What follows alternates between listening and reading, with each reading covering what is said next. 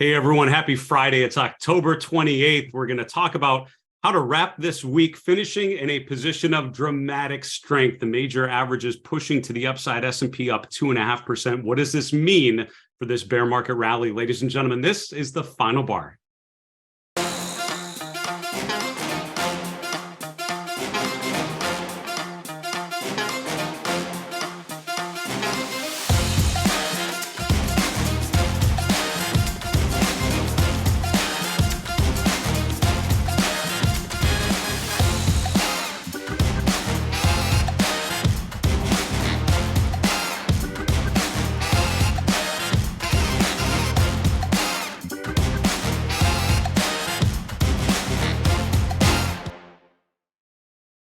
Everyone, welcome to the final bar. I'm your host, David Keller, the Chief Market Strategist here at StockCharts.com in a rainy Redmond, Washington. Thanks for joining us every weekday after the close as we break down the activity in the markets using the power of StockCharts, data visualization techniques to better quantify investor behavior. I talked for a long time earlier today with our founder, Chip Anderson, about a number of different topics. But at the end of the day, we really were talking about some of the tools that we provide on StockCharts and just some of the ways that we can visualize market analysis. I was thinking back to some of the guests this week, Bruce Frazier on Tuesday talking about point figure charts and thinking about objectives based on that methodology, thinking about yesterday's conversation with Jesse Felder with long-term reviews of cycles and patterns and how they evolve. There's so much to be done to try to make sense of these markets when they get confusing. We'll hit on some of those topics certainly today.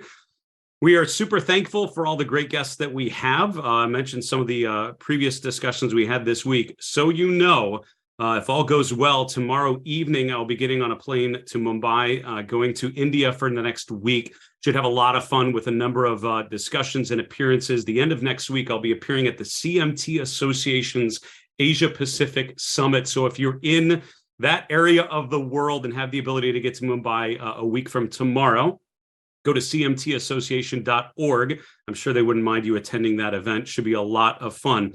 After I get back on Wednesday, November 9th, we'll have Frank Capilleri. On the 10th, Leslie Juflas. And then on November 15th, Larry Tentarelli of Blue Chip Daily. Let's continue on our show today with the Wrap the Week segment. Two big things we do every Friday. Number one, try to wrap this week, look at how the markets have evolved over the last 5 trading days. The second half of the show will be answering some of your questions from the Final Bar mailbag. So let us try to wrap this week. Just to start with what happened today. Actually, before I get there, I do want to update you on a poll. Sorry about that. We have a poll running all the time on our live stream at StockChartsTV.com on our social media accounts. So make sure you follow us on Twitter and subscribe to our YouTube channel. We asked you recently which of the FANG stocks performs best over the next 3 months. And you can blame the chief market strategist, that is myself, for putting FB instead of Meta, which is obviously the current ticker, my bad. So out of the MANG stocks, which one's best? Only 4% of you voted for Meta, which is pretty fair given the deterioration in that price. 11% on Alphabet, 20% on Amazon. Both of those are coming off of 52-week lows. Netflix only got 29% of the vote, which I actually found kind of surprising. 37% of you voted Apple. Let's check those two charts, to be honest, because I think the first three, 100% fair that those have been struggling. Now, Netflix, if you look at the last 3 months, I bet Netflix has been the best performer. I don't have the performance chart in front of me, but just visually, I would probably assume that that's fair coming off of the June lows. Netflix has this great stepwise motion, the only one really dramatically breaking above their 200-day moving average, and the gap above 250 was such an interesting follow-through for the chart. Apple narrowly got above its 200-day moving average today. The Dow did the same thing. Apple closed a little bit below it, but what's interesting about the chart of Apple, it's really more choppy sideways, right? If you look at the last couple months and really going all the way back to September of last year, for the last year, what's the return on Apple? 0. It's a goose egg, right? So while energy's sort of been ripping to the upside, pulling back, making new highs, while a lot of stocks like communication services have been in a downtrend, Apple's been sideways. So when you're trying to make sense of this market that's been choppy, indecisive, frustrating, the chart of Apple probably tells you more than anything, one of the biggest stocks in the world and how it's essentially gotten a 0 return for the last 12 months. That tells you a lot, I think, of what you need to know. Now, having said that, there's some big time price swings happening. In terms of the fundamentals and the earnings this week, which of the FANG stocks kind of came out of it looking pretty good. Apple's a fair bet to say that was the strongest, but I'd probably vote for Netflix if I had to pick one of those. You've seen a lot of charts in consumer discretionary, actually better probably than the average technology stock in terms of the upside potential after rotating off of the lows not too long ago. Let's check in on where the markets finished the week today. So obviously a nice push to the upside, gapping higher out of the open. Apple's earnings certainly helping that in no small part. Powering to the upside, S&P finishes the week at 3,900. That's up 2.5% from Thursday's close, where we finished more toward the lows of the day. The NASDAQ composite up almost 3% today. Now, that's quite a reversal because the NASDAQ has been certainly underperforming in a pretty major way. But when Apple is up big, when Intel is up over 10%, that allows the XLK to be up over 4% today. Now, again, nice one-day move. I have very real concerns about the upside of a growth sector like technology in an environment of rising rates. Rates have come off a bit, and that's certainly given room for some of the growth sectors to do okay. But I'm skeptical, certainly, of technology's move to the upside. But having said that, is there room within a bear market phase for sectors like technology to bounce to the upside in a significant way? Absolutely. That was a big part of the discussion we had on the show yesterday. So if you missed that, make sure you pay attention to that one, because we talked a lot about the different timeframes, right? This tactical rally that I think we're seeing now versus the broader bear market phase, which I think is going to impact the markets going well into 2023. Let's make sure we think about those different timeframes. The VIX, by the way, continuing to push lower, right? So ended yesterday up in the 27s, now down just below 26 to finish the week. This is well below the mid 30s, which is where the VIX was at not too long ago. So once again, we're getting the VIX peaking out above 30 and coming off, and the market rallying even more than I even would have anticipated as we talked about the chart of the VIX here in recent weeks. Dollar index essentially flat from where we were yesterday, rates pushing up a bit. So interesting to see how much growth stocks did okay today. With higher rates in place, bond markets continuing to move lower. All red for the commodities that we track. These are the major commodity ETFs that we track on StockCharts. Oil prices down about 1% using the USO. Same can be said for gold. A lot of green on this final listing on the market overview, which are all the cryptocurrencies. Look at Bitcoin just powering above 20,000. That was the line in the sand that we talked about, getting above 20,000. We reinforced that for weeks, if not months, that would be could be an interesting sign of a recovery to the upside, pushing a little bit further up to the north today. Bitcoin currently just above 20,600. Quickly in terms of sectors, and then we'll finish off looking at a couple other charts. Tech up big today, and again, earnings really driving that. You have Intel up over 10%. You have Apple up fairly significantly. Now, again, a chart like Intel, arguably still very much in a downtrend. If you step back from your monitor, you'll see that we've had a lot of rallies, even though the trend overall has been down. That's what concerns me about some of these technology stocks ripping to the upside. Apple, a bit of a different configuration for sure. And Apple up 7.5%, Intel up 10%. Certainly going to help tech do just fine. Utilities number 2, so it's not all offense. Utilities up 2.7%, followed by communication services and financials, both up about 2.4% today. What underperformed today? Consumer discretionary. The XLY was essentially flat from Thursday's close, followed by energy and materials, all up 1% or less. Let's go to our wrap the week chart. This is looking at the last 5 trading days. So we start the clock last Friday, and we look at how the markets have evolved from last Friday's close to today's close. S&P is right here in black, up about 3.9% for the week. Had a decent week going through Thursday's close, still up about 1.5%, but today really powered the returns to the upside. One of the best weeks in 2022. I don't have the hard data, but just from doing this every week, that seems pretty strong relative to what we've traditionally seen. A couple things had a nice week and outperformed the S&P. In dark blue, we have Bitcoin, which finished the week up 7.7%. In purple, small cap stocks up 6%. When I think about my market bottom checklist, which I'll be reviewing tomorrow in my weekly report for my premium members at Market Misbehavior, we will focus a lot more on small cap leadership. So if you've not looked at that chart in a while, I would look at the IWM because it's outperforming, and that tends to be, often has been, a great indicator of a legitimate market bottom. Very interesting to note today, with bonds coming off and with stocks rallying, the TLT, which is the bond ETF we track, and the S&P almost having an identical week at the end, right? So they're both up about 3.9% for the week. Crude oil using the USO up 3.2%. In pink, we have the NASDAQ 100 up 2.1%. Everything else down for the week. Gold down 0.6%. The dollar down 1.1%. In red, we have orange. Emerging market stocks down 2.7%. So a decent week for stocks. Arguably, the dollar being weaker this week certainly helps that make that a possibility. But note how Bitcoin has had a really good week. Bitcoin has not been outperforming everything else like this for quite some time. We've talked about Bitcoin and cryptocurrencies as a proxy for speculation, right? That is arguably driven purely by speculative pressures. Do people believe in something that has the ability to go much further? And I think this week you're seeing investors vote with their capital and say yes. Let's finish off our Wrap the Week segment looking at the Mindful Investor live chart list. This is a list of charts that I keep updated on the StockCharts platform. The first chart reviews my market trend model. I have a market trend model which runs systematically using weekly data and exponential moving averages to define the trend on 3 time frames. Short term, which I loosely define as a couple days to a couple weeks. Medium term is a couple of months to a year. And then long term is multiple years down the road. You can see as of today, and I only update it every Friday at the close, the short term model continuing bullish. It turned bullish last week for the first time in about 6 weeks today, with the acceleration to the upside into the close, continuing to confirm short-term bullish, which 100% is how I would read this market. For me, the medium-term and long-term model is still negative. And if you think about some of my conversations earlier this week, that probably makes sense to you. And that's how I would still define it. And again, looking at the weekly chart, take a step back from your monitor and just look at the highs and the lows.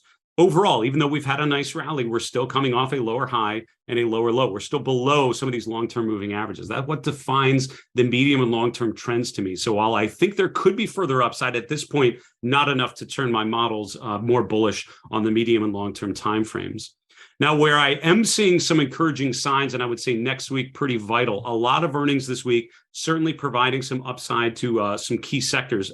Friday, today, technology finally doing well. This is after a week where a lot of the FANG stocks have certainly been struggling, right? We've documented those through the course of the week. Today's rally really pushes the S&P off of the 38.2% retracement level, taking the August peak and the October low. That's a key point. That's also the high that we saw in the beginning of this month. Breaking above there, pulling back, and now bouncing off of that level, getting above the 50-day moving average, which we did today, tells me as long as we hold above 38 to 38.10, this is a constructive market, and certainly on the tactical time frame, undoubtedly a bullish move. What's next? So I'm immediately looking higher on the chart to find next levels of resistance. 4,000 would be a 61.8% retracement of the August to October sell-off. Also note the 200-day moving average, which is right around 41.10 as we end this week. Once we've broken a key level of resistance, I'm always looking further to the upside to see where we might find further resistance to pay attention to. We have to finish this segment, and the last chart I will show you is this one, my bullish percent index. Look at how well that this is tracked. And again, it's not mine. This is just my chart that represents. I don't want to take credit for bullish percents. That's something that came a long time ago from Abe Cohen at Chartcraft, who really popularized in a lot of ways point and figure charting in this country and certainly elsewhere as well. Look at how the bullish percent index has gone below 33 times in 2022 in mid-May, in mid-June, and in late September. Look at the 3 times when it's gone back above that 30% level in mid-May before the bounce into the June peak, in late June before the rally into the August high, and in mid-October, which opened the door to what we saw here. These breadth indicators I found to be really, really meaningful. The reason why I think this is an important chart is we're now nearing 70% bullishness using the point and figure charts on the S&P. That has been a great indicator of market tops in 2022. Don't forget to follow this chart. Let's take a quick commercial break. We'll be back powering up your use of the StockCharts platform. We'll see you in a minute. Hey, everyone. Welcome back to the Final Bar. It's a pleasure to be with you every day. I'm Dave Keller, the Chief Market Strategist here at StockCharts.com. A couple quick announcements before we continue on today's show with our Power Up segment. We welcome your questions. We're going to do a mailbag here in a couple minutes. All of these questions we've gotten from you in the last couple days. We would love to feature one of your questions in our next mailbag. It's going to be a little while. It's going to be after we get back from our overseas trip next week, but we would love to answer your questions live on the air. Our email is thefinalbar@stockcharts.com. We are on Twitter at FinalBarSCTV, and we're on YouTube. Put a comment below the video you're watching on our StockCharts YouTube channel. We'll gather all those questions, hope to answer one of yours live on the air as soon as we return. Also, go to StockChartsTV.com. I am so thankful for all the great content we have through the course of this week. I've been chatting through the course of the week with Larry Williams, with Tom Boley, with Miss Schneider, a number of the great contributors that we have on StockCharts TV, all of them providing great content to help you make sense of these markets. All of our shows and our guest interviews can be found on demand at StockCharts TV, also on our mobile app. So search on your mobile device for StockCharts TV on demand. Our next segment is Power Up. Every Friday, we love to take a few moments and just power up your use of the StockCharts platform. I mentioned talking with our founder, Chip Anderson, earlier today. We're talking about some of the different features that we're working on improving in the coming weeks and months and years. One of the things I wanted to share with you is we were talking about some of the areas of the platform that we feel like could stand to have more attention because they're very valuable. The historical chart gallery. And if you click on that, the way you can find all these, by the way, is go to Charts and Tools. You'll find a lot of great content that you may or may not be familiar with. But this historical chart gallery really highlights the depth of the historical data that we have available to you. And again, as a paid member of StockCharts, particularly a pro level member, you can take these charts and create your own long-term monthly, quarterly charts to really understand the timeframes that I think investors should be familiar with. Think about my conversation yesterday with Jesse Felder. It talked about big picture cyclical analysis. You can do that with some of these great historical charts. I want to highlight this section, this gallery called the Presidential Cycle Gallery. A lot can be said about seasonal trends, and right now at the end of October, we are getting ready in the next couple weeks to enter election season. We're obviously deep in election season. If you've had a TV on or brought up a YouTube video before there, you're getting a lot of political ads, most undoubtedly if you're in the US, because this is when we get peppered with midterm elections happening very, very soon. If you think about the historical trends, think about where we're at in the midterm election year for President Biden here in 2022, we're about 2 years into his term. You can see what has happened in year one and in year two of his presidency. But if you, and by the way, this is the S&P at the top. The Dow Jones, which we use because we have deeper historical data. It's just been around a little bit longer. Below there, we can see commodities, interest rates, and the dollar, right? So we show all of those on the same chart. If you go down, you will see every 4-year cyclical pattern going back through all of the historical data that we have available. And one of the really interesting things to do, we are basically right around here, going into the toward the end of year two of Biden's first term, or his current term in office for sure. Look down and basically put your cursor your mouse right in that point and start flipping down. You can see what has tended to happen in the first 2 years of a president's term. You can see what has happened in the midterm election year, which is that second year going through year end. You can see what's happened at the beginning of year three. And what you will note is the end of the midterm election year has tended to be pretty strong. There are some notable exceptions. For example, 1994, which is Clinton's first term, a little choppy, certainly going into December. But overall, November and December, particularly in the midterm election year, have tended to be pretty strong. But you don't have to trust me on that. Go to the evidence and look at these charts that tell you the story of market history. Again, to get to that, go to Charts and Tools, go to Historical Chart Gallery, and check out the presidential terms. Really, really interesting market history, not just for stocks, but other asset classes as well. Our next segment is the Final Bar Mailbag. The mailbag is always open. The Final Bar at StockCharts.com is the way to get your questions in front of us. And let's get to question number one. Dave, would the 2-month-long inverse head and shoulders chart on the XLE and a few components like DVN would be a valid inverse head and shoulders pattern, and why? And you're talking about this one, I believe the pattern that you're talking about is sort of this, right? If you think of this as the head, and again, inverted head and shoulders, so you're hanging upside down by your feet. This is your head, and then you have a left shoulder and a right shoulder. So here's what I would tell you. Is it a valid one? Certainly. And I would tell you the reason why it's valid is because with an inverted head and shoulders pattern, it's really important to define the neckline. And the neckline is very simply that space. The lows in an inverted head and shoulder, you have the head, the left shoulder, the right shoulder. So again, just visually to show you what I'm talking about, we have the head here, we have the left shoulder, we have the right shoulder. The neckline is defined as the highs, the interim highs between the head and each shoulder. You draw a trend line connecting those highs. That's the neckline of the pattern. Now, Edwards and McGee, who wrote, really the Bible of technical analysis back in the mid 20th century, there's no wiggle room really on that neckline. A lot of people take a lot of liberties on there. If you're a purist, which I would certainly consider myself, when you're looking at something like a head and shoulders pattern, you want to make sure that you draw that neckline pretty specifically. And what you're looking for, the trigger, is when we break out of that pattern, right? So testing resistance, pulling back, and then breaking out of that neckline, that certainly would be a valid buy signal. This is what you'd really consider an inverted head and shoulders continuation pattern, which is a rally, the head and shoulders, and then you move to the upside. A regular head and shoulder would be a head surrounded by two lower peaks. You draw a neckline, you break the neckline to the downside. That validates the downtrend.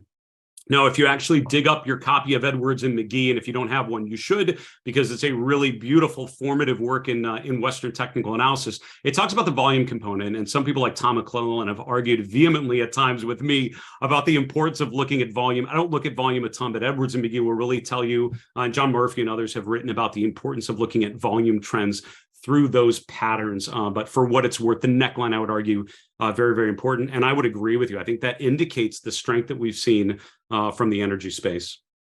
Question number 2, why is a 14-period RSI most commonly used instead of other periods, such as 20, which would be a period of approximately 1 month on a daily chart? I note that some indicators like the CMF, the Shaken Money Flow, have commonly used 20 periods. What about Fibonacci periods as well? Here's the thing. When you see RSI 14 in my chart of energy, most of my charts have price with moving averages, the RSI, and then the relative strength, which is that ticker relative to the SPY. And that's my standard default 2-year daily chart, which is 90% of the time the first chart I look at when someone asks me about a thing, right? Home Depot, energy, small caps. I bring up a chart that looks a lot like this, and that's how I start my thought process of analyzing that particular ticker. When you say RSI 14, you have to be careful, because that does not actually mean 14 calendar days.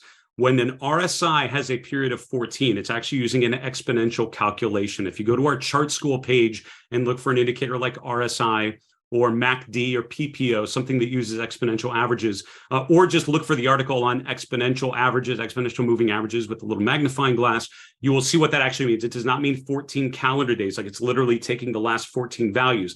It's an exponential calculation. So this point is actually looking at a lot more history. And I don't have time to go through the depths of exponential calculations, but just to tell you, it doesn't mean exactly 14 days.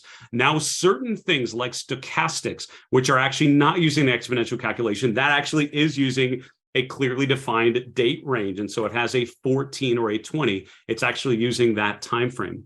So why are we using those things? To be honest with you, each of these indicators was created by somebody. So Wells Wilder created RSI and ADX and DMI and parabolic systems. Jerry Apple created MACD, which evolved into PPO. Other professionals over the decades have created their own indicators.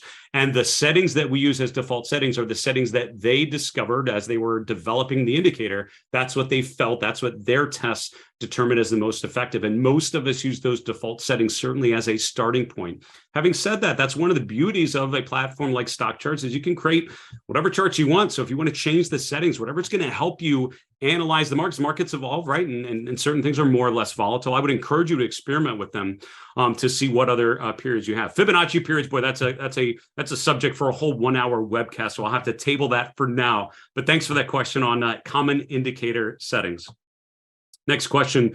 I'm sharing with you a screenshot of Yardeni's look at LEI, which is the leading economic indicators. What's your take on this graph? Do we have a symbol that creates the leading economic indicators in StockCharts? That is a really good question. If you're not familiar with Ed Yardeni, he is a very popular macro strategist, macroeconomist, not a technical analyst by any stretch. But what I like about him, he reminds me, and I've gotten to know Ed.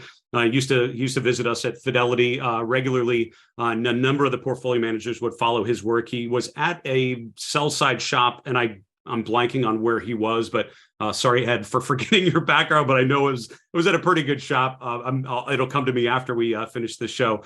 But Ed, what I like about his work, it reminds me of like Tony Dwyer, Gina Martin Adams, who are really macroeconomists, macro strategists, but they look at charts and incorporate charts a great deal. So Ed will talk about 200-day moving averages and breadth indicators as part of a much larger discussion about economic data and macro conditions. So I like that about Ed Yardeni's work, and I would encourage you to check out his contributions to market strategy. I think they're very, very good. Leading economic indicators, no, we don't have that tickerized. I would tell you there are other places online where you can find those. What I would tell you is what I have found in my experience. What is the best leading economic indicator?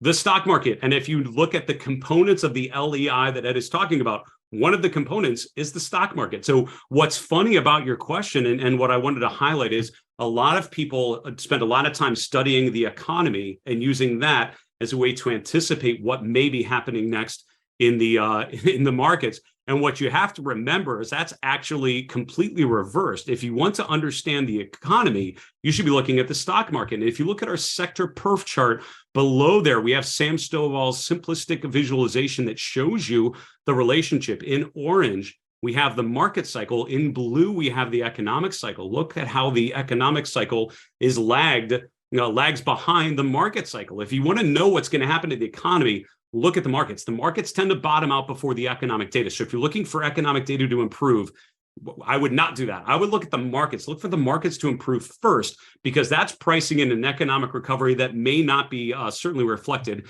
in the economic data just yet. 3 fantastic questions, and guys, please keep them coming.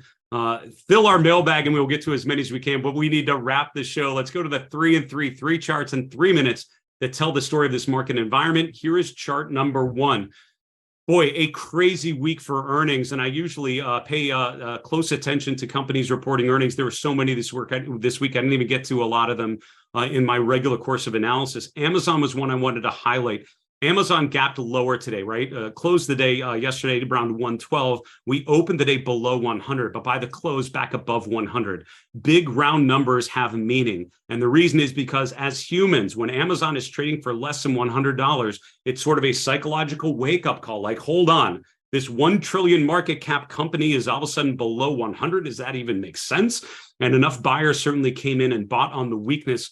And it's pushed the price up to around 103, still down about 7% from yesterday's close, but bouncing higher. What's interesting about that is that's very much in line with the lows that we saw in May and June. Can Amazon hold that support and improve going into next week? I think that is a big open question for a key mega cap stock next week.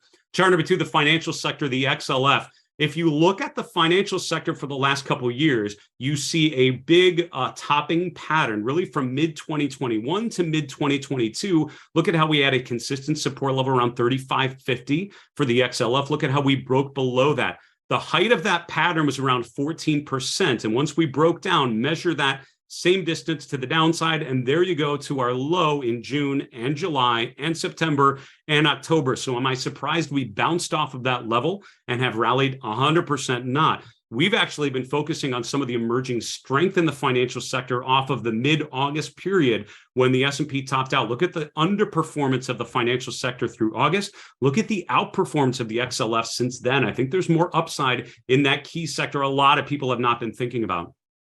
Finally, I had a really good question on an inverted head and shoulders continuation pattern. So I wanted to highlight a potential inverted head and shoulders bottoming pattern. Gilead was up big time today, over 10%, if I remember right. But if you look, you have a head and shoulders like pattern. It's not a perfect head and shoulders because we have 2 heads. So it is a binary head and shoulders pattern. If that's, I just made that up, but you can see the head-ish thing here in May and June. We have a left shoulder in March. We have a right shoulder here in September. Connect the neckline, which is perfectly horizontal at 135. We get above there on the IBB. Could be much further upside. Folks, that's a wrap for this week on the Final Bar. Again, we're off all next week as we travel abroad. We cannot wait to be back with you, sharing our experiences and sharing more charts. For StockCharts in Redmond, Washington, I'm Dave Keller. Have a good weekend.